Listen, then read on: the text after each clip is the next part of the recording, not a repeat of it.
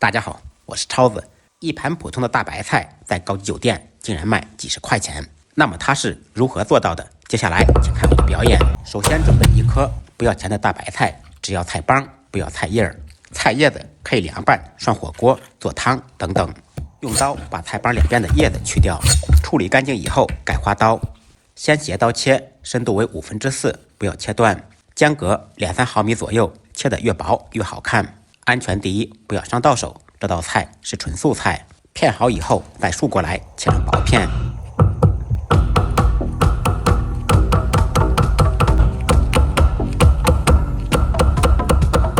全部切好以后，放入清水中浸泡，加入1小勺盐，少许白醋。放盐和白醋可以去除生菜味，还可以使白菜吃起来更加爽脆。在水中浸泡10几分钟，经过浸泡以后，白菜就会卷起来，这就是传说中的风味白菜。浸泡好以后，控干水分，放到黑色的盘子当中。黑盘子更能衬托出白色的美，可惜我家没有。最后根据个人口味，放入番茄沙司或者沙拉酱，一道清脆爽口、滑而不实的风味白菜就做好了。吃腻了大鱼大肉，偶尔来一盘也是不错的选择。那么您感觉这盘菜能卖多少钱呢？